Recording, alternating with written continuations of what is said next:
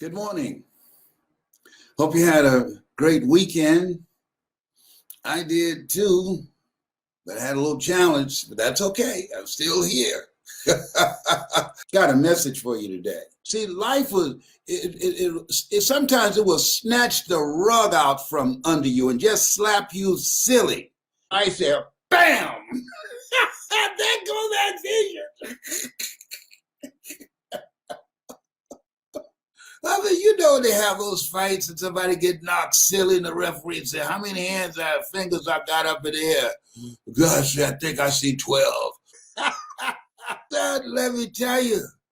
And so I want you to think about what you want. I got some big plans. I want to work with some people that are hungry. I want to work with some people that are serious. I want to work with some people that want to take their game to the next level, that want to learn from me. God has blessed me. I was born to motivate you, to bring out the greatness in you. You learn, you earn, you pass it on. And I'm looking for people who are open and receptive to what I can pass on to them. See, there are three types of people.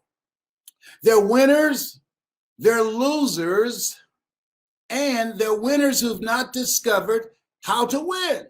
And they keep on knocking their head up against the wall. They keep on frustrating themselves. They keep on making the same mistakes over and over and over again. They are stuck.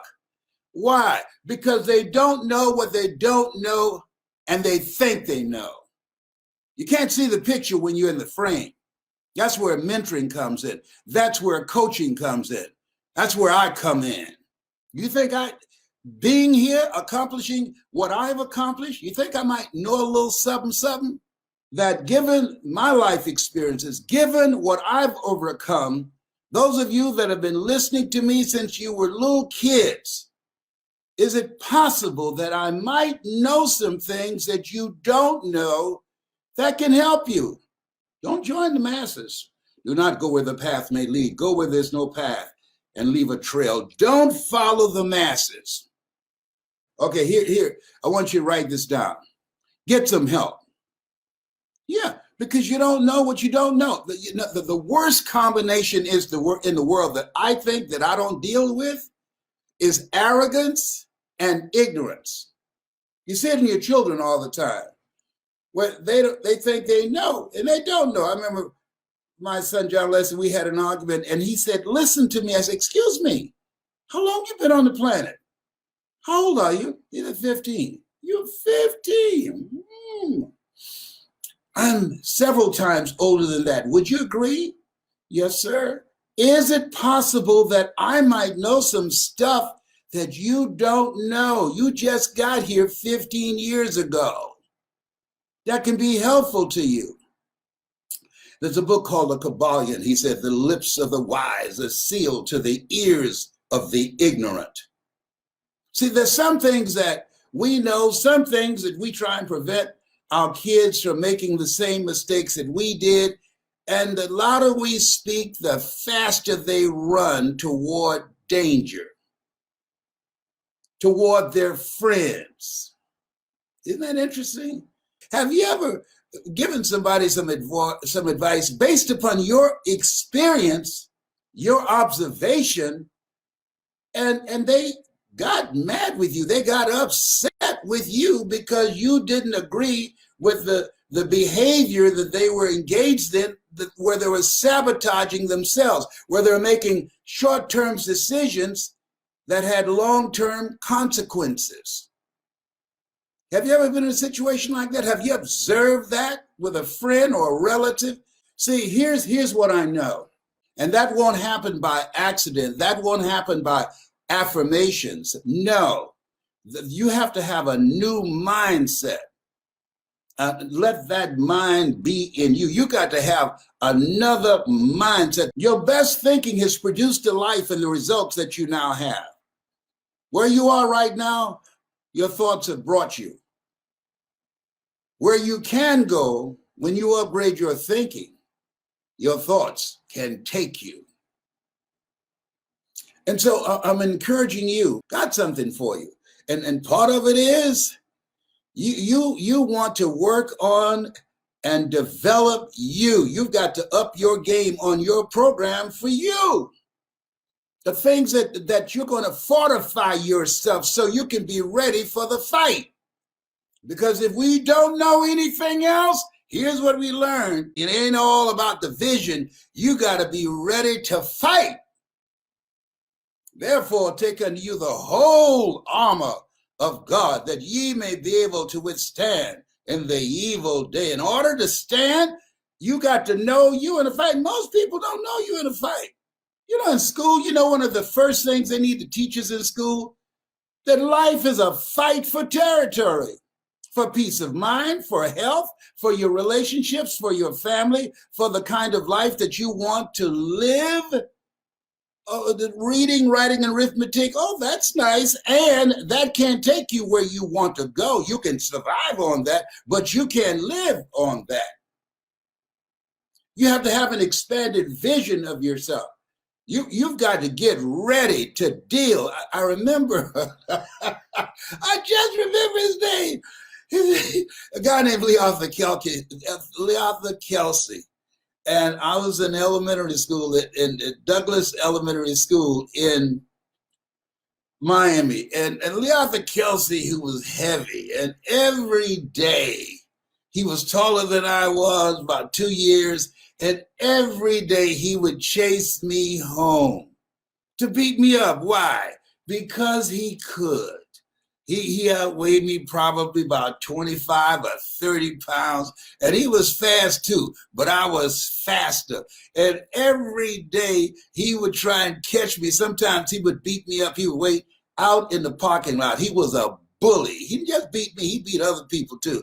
And I tried to fight him, but he was just too big to handle. And so I started leaving school a little earlier, sneaking out, and had another exit strategy. And one day I started running toward home, and I looked back, and Leotha Kelsey, he anticipated that.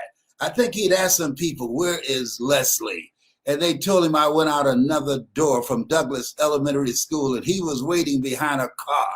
I guess he decided, you know what? I think I'm gonna touch him up a little bit. And so when I saw him, boy, I started running.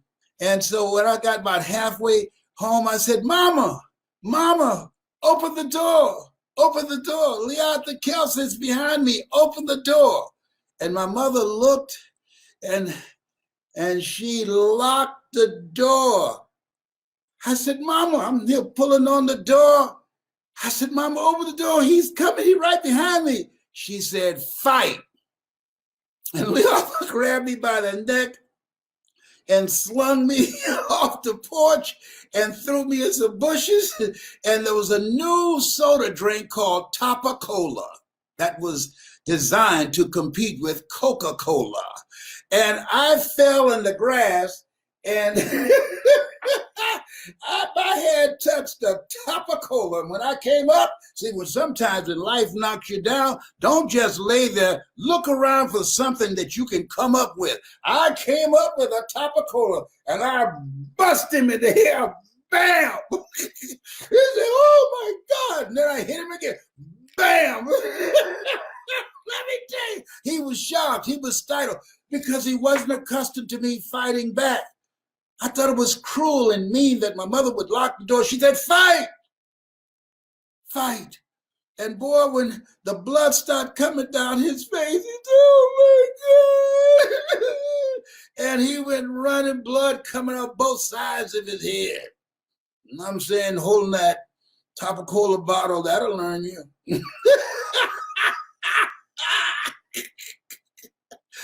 Oh my God. Leotha Kelsey came to school with his head all bandaged up. He didn't chase me no more. Somebody said, you gonna beat up Leslie today? No, he crazy. See, sometimes people got to know you crazy. You can't make this stuff up. Listen, we got to fight all the way to the end. Because, see, I said yesterday that life, it's really, it's fascinating. Life is a fight for territory. And once you stop fighting for what you don't want will automatically take over. It's a fight for territory. Life is about transformation. Life, it's about disruptions. Life, it's about miracles. You are here to grow. You must die daily to who you are so you can give birth to who you are to become.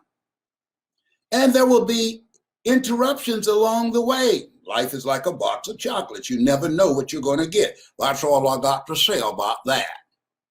And it's about miracles. You have miracle working power. The fact that you're still here. So this is different. This is very, very different. And so as you look at yourself, look at your goals, look at your dreams, you got to have a game plan for you. You got to have a game plan for your mind. We do what we want to do, buy what we want, beg for what we need. I remember a guy told me, man, I got this seminar you ought to come to. And his name was Ed Foreman, Executive Development in Plano, Texas, right outside of Dallas. I said, man, I'm taking care of my mother. I don't have any job or anything. I'm looking at becoming a professional speaker. I can't afford your rates. And he said, then you can't afford not to do it. How are you going to teach somebody to do something that you haven't done? I don't understand that. How are you going to tell people how to operate out of their comfort zone and you are not willing to reach beyond your comfort zone to make this happen? How are you going to teach people how to be a no matter what person and you're coming up with saying, I don't have it. You don't have it? Get it. I got it. Went to Plano, Texas, Dallas, Texas, on a Greyhound bus. My mother prepared for me some marinated frog legs. I didn't have the money for a plane. So I went on a bus. Why? Because I was hungry. I was hungry. If you're hungry, if you're serious, if you mean to win, if your life has been interrupted, if you want to have a transformative impact on the results that you're producing in your life, if you want to rob the cemetery of your gifts, of your genius, of your leadership, of your talent, you got to get a running start.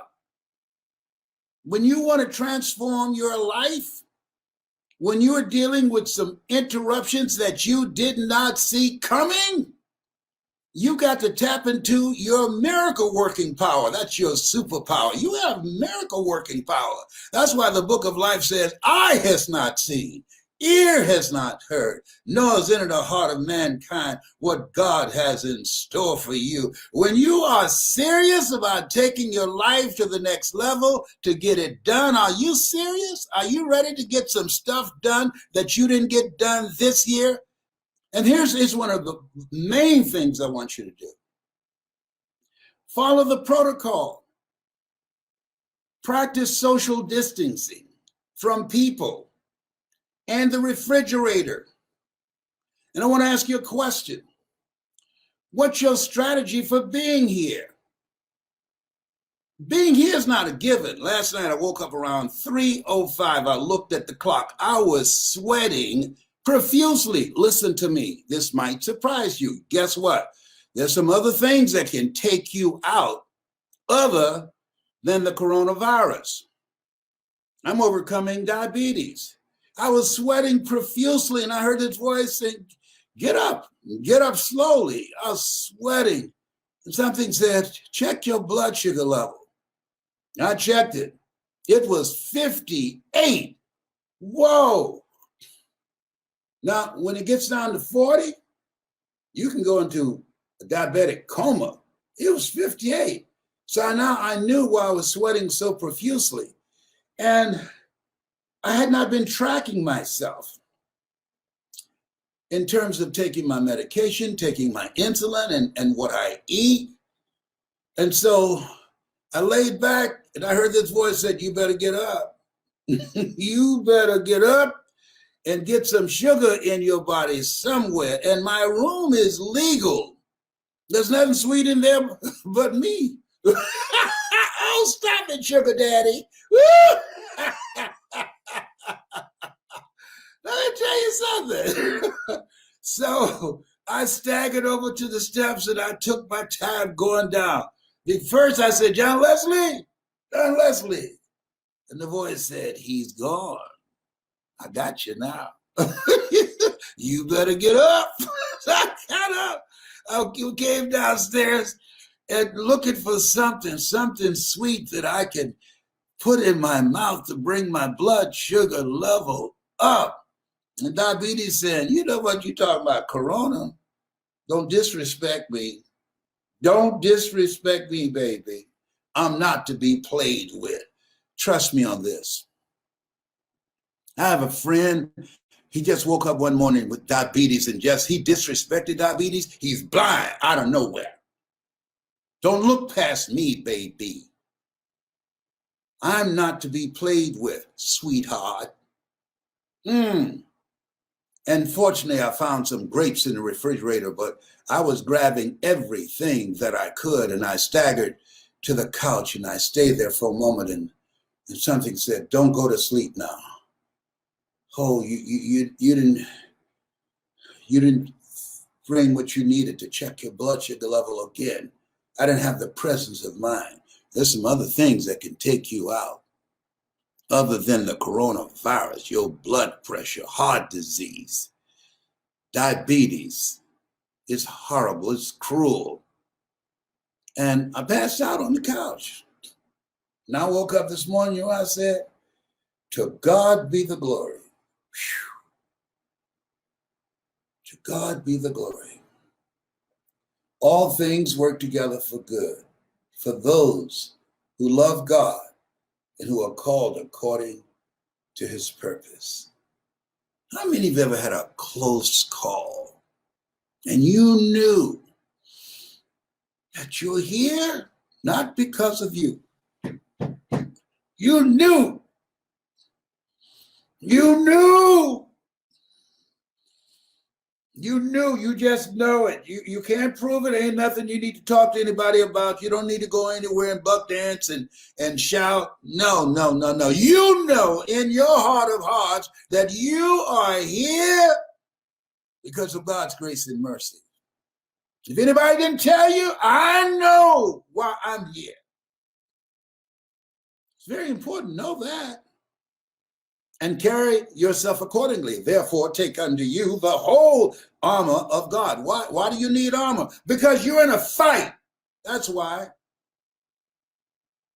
Now, I want to ask you a question. What's your strategy for being here? What's your health? And you got to keep it moving. You got to move. If you want to be here longer, studies indicate, here's something that's important. Your mindset, but part of the strategy is not only working on your mind, but working on your body. Why? Because you can't do anything. Your health is your wealth. So part of my health plan, I do things that make me happy. I'm not going to the gym. No. But at least I can dance for 30 or 45 minutes at home with something that I enjoy. Come on. No excuse is acceptable. I decided it's a fat boy move if I go through the day and don't dance. That's a fat boy move. That means that I'm committed more to being fat than being in shape. Until the pain of staying the same is greater than the pain of change, you will never change. This doesn't work for me. No, I'm too vain. No. Because I'm 75 don't mean I have to look 75 and act 75 like I got one foot on the banana peeling and the other one in the graveyard. No, I got to up my game to be here. And part of that is knowing that nothing tastes as good as health feels. Knowing what the Honorable Elijah Muhammad said. He said, eat to live, don't live to eat. No, no. So I'm making healthy choices. And I've created a drama-free zone around me. Don't bring no drama up in here because I'm not the one. I don't do drama. Create a drama-free zone for family members, for your children, for friends, your job, anybody that you know. Let them know, draw the line, put your foot down. I'm not the one. I'm not the one. Life has no duplicate. See, there are people who have a propensity for drama, and you end up having a heart attack or a stroke and leaving here. No,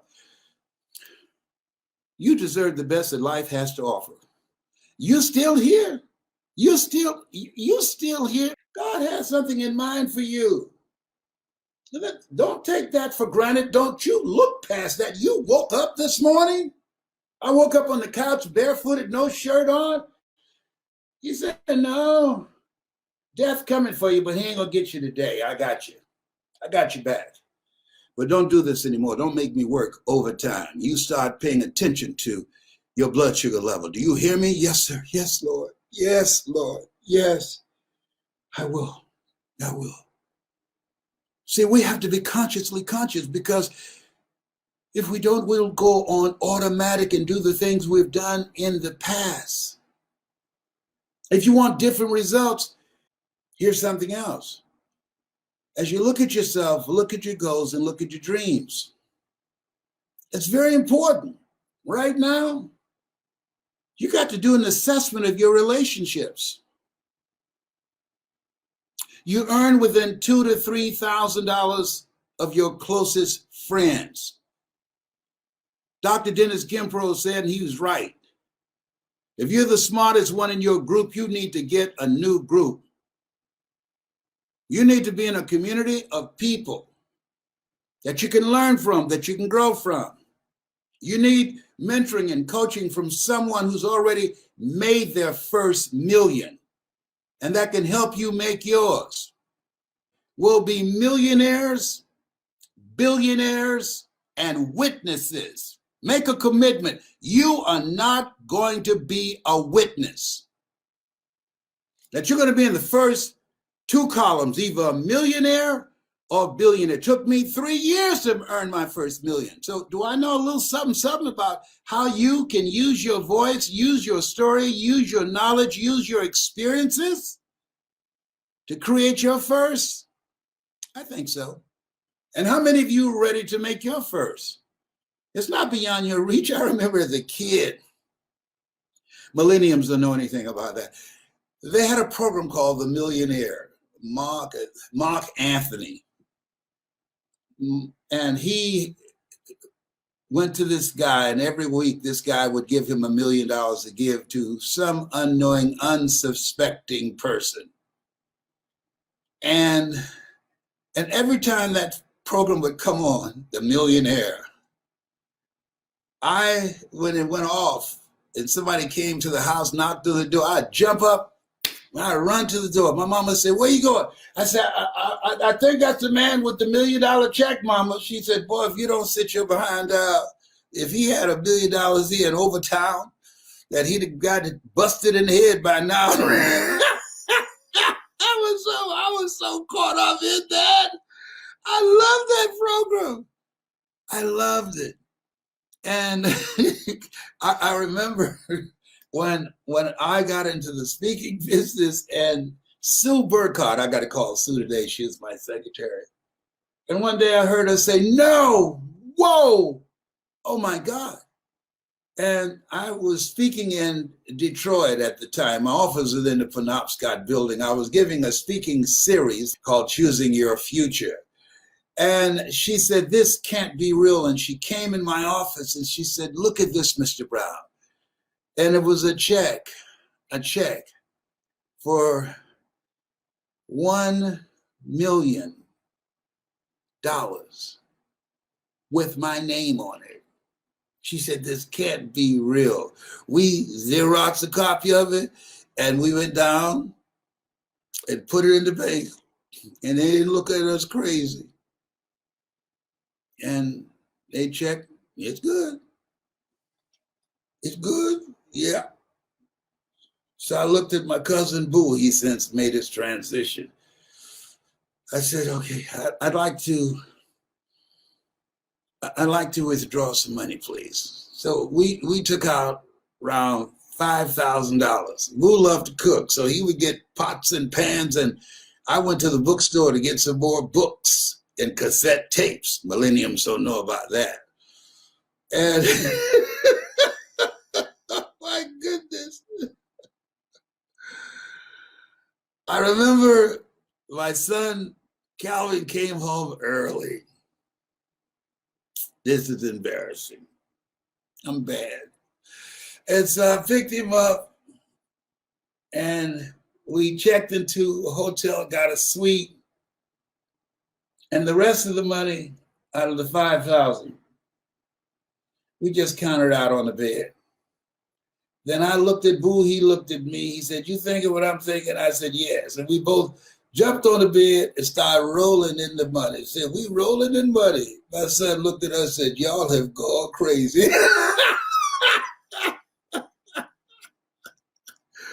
Oh my God. Oh boy. You can take them out the country, but you can't take the country out of them. Oh man, what an experience. Listen. Life is full of transformation, disruptions, and miracles. Who would have thought somebody born in an abandoned building on a floor, I don't even know my parents, labeled educable, mental retarded? Who would have thought that somebody would write me a check for $1,125,000 to be exact? You have no idea what God has in store for you. Doesn't matter what you've lost. What matters is what you're going to build. Where you go from here. 8 out of 10 millionaires have been bankrupt. Oh, that doesn't mean anything. What has been taken away. What you have is enough. You are enough. You are the money. Become a part of a community of like-minded people who are going in your direction. Don't do this thing called solo. Don't hang out with the same people. Use this time to upgrade your relationships. Go through each person you communicate with most, including family members, and ask the question, what is this relationship doing to me? Write that down. What is this relationship doing to me? Am I growing mentally and emotionally and spiritually? Am I smarter? Am I a better person because of this relationship? Is this relationship an asset to me or a liability? See, so there's some relationships you got to let go, including relatives. Let go or be dragged. I had a friend of mine, she had to fire her parents. Sean had to fire her parents. She filed for divorce from her parents. Her father was physically and emotionally abusive, and her mother watched. She was a witness and didn't stop it, didn't intervene. And she, one day at 14, called the police department and asked, if you are a victim of parental abuse, can you file charges against your parents and get a divorce from them because you don't want to be in a house with them anymore? And so the person who answered the phone and said, yes. So she then said, well, I want to report a person who's a victim of that. And he said, okay, you want to put him on the phone? And she said, I am the person. And she has a rather strong voice. He said, oh, you sound like an adult. Well, I am the person. My father is very abusive. I'm sitting up here with a black eye now and a busted lip. I'm not going to school today. So he said, come in. And that was the beginning of it. Her father graduated from Harvard. She represented herself at 14. Her parents sat on one side in the courtroom and she sat on the other. And when she finished with him, when he got on the witness stand, when she finished with him, she's an attorney now, graduated from UCLA, is my personal attorney. They granted her a divorce from her parents. See, there's nothing as powerful as a made-up mind. You don't have to settle for an abusive life. You don't have to settle for living a small life. Therefore, take unto you the whole armor of God. You've got to fight for the life that you want. Herein my Father glorify that ye bear much fruit. Much fruit. You're not here to live a small life. You are here to bear much fruit. And you got to live life like you mean it. You got to be serious about being happy, being joyful, having your health, having great relationships, living a life that you feel good about, a life that you're proud of. Now, there's a difference between surviving and living. You think it's the same? If you believe there's a difference between living life on your terms or surviving with the life that has been given you, and this place where we are, this is not normal. This is strange. We're waiting for the next shoe to drop. If you agree with me that life, your life matters, your dreams matter, your talents matter, and you must treat them like they matter. And you have to create a movement, and you are the movement. You've got to organize and have some collaborative, achievement-driven relationships that will help you get it done. And trust me on this, if you go through the internet, you see all kinds of people dancing to Master KG's song. You see the majority of the stuff that's out there. It's craziness. For this platform, what an incredible platform to educate our kids. Our kids are being left behind. Did you know that? Because of what's going on, they're being left behind. Should we settle for that and look at the news and say, oh, isn't that awful? No, we got to step up and say, no, we're going to deal with this. There will be an intervention from us. We ain't talking about no Russian intervention. There will be an intervention from us. You think I'm going to leave my kids, my grandchildren, in the hands of the public school to educate them? No, I'm going to complement. I'm going to intervene to make sure that they have a winning shot, that they have an ability to be able to live their dreams rather than self-destructive behavior. I'm going to make sure they're mentally healthy by creating a healthy environment. I'm going to be intentional about that, being mindful of my mouth, what I say around them. And when I'm talking to people, they hear, they got big ears. They watch and mimic everything. I have a friend, whenever she's always doing this to her head because of her hair, you know, when her weave, she's always doing this. And her little 2.5-year-old granddaughter, she's walking down the hall. Know what she's doing? Doing this. She had no weave on. She's just doing this. Why?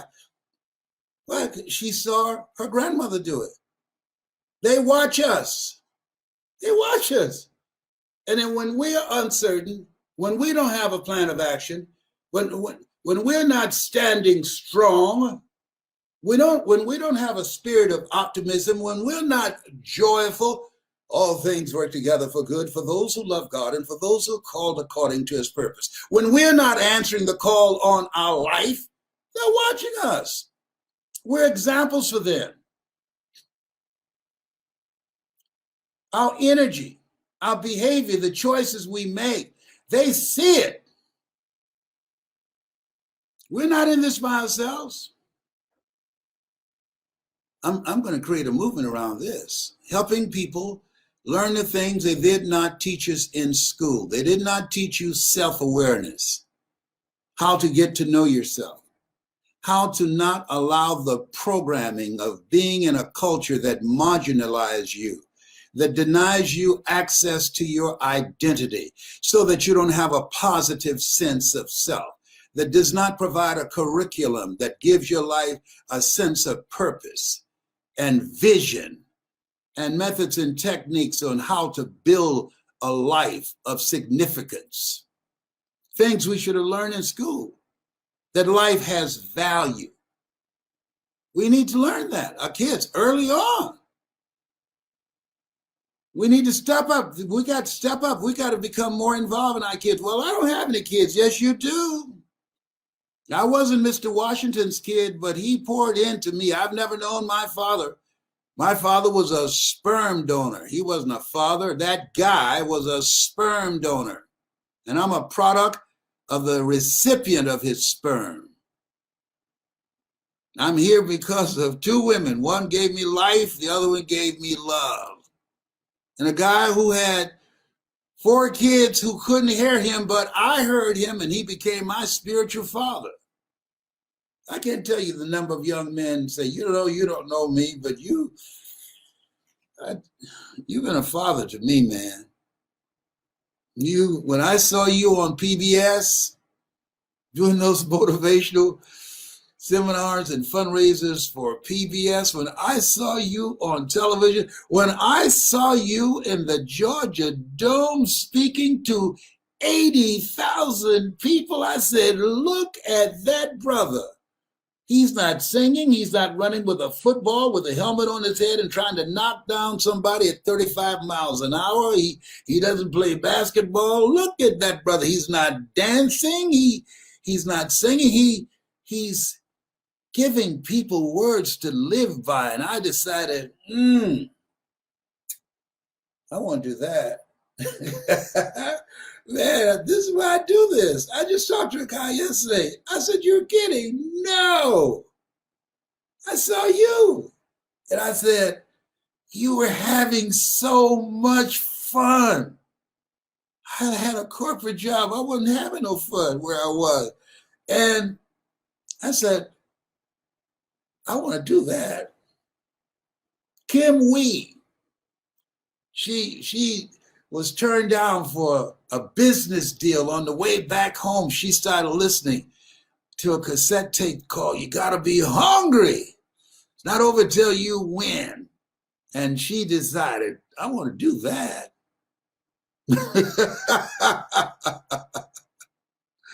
Stacy N.C. Grant, Dr. Stacy N.C. Grant. Listen, you can be an inspiration for other people. You can be an example for other people. Your life is not just your life. Answer the call. Think in terms of answering the call on your life that will create a job. Yeah, a job is what you get paid for. A calling is what you're made for.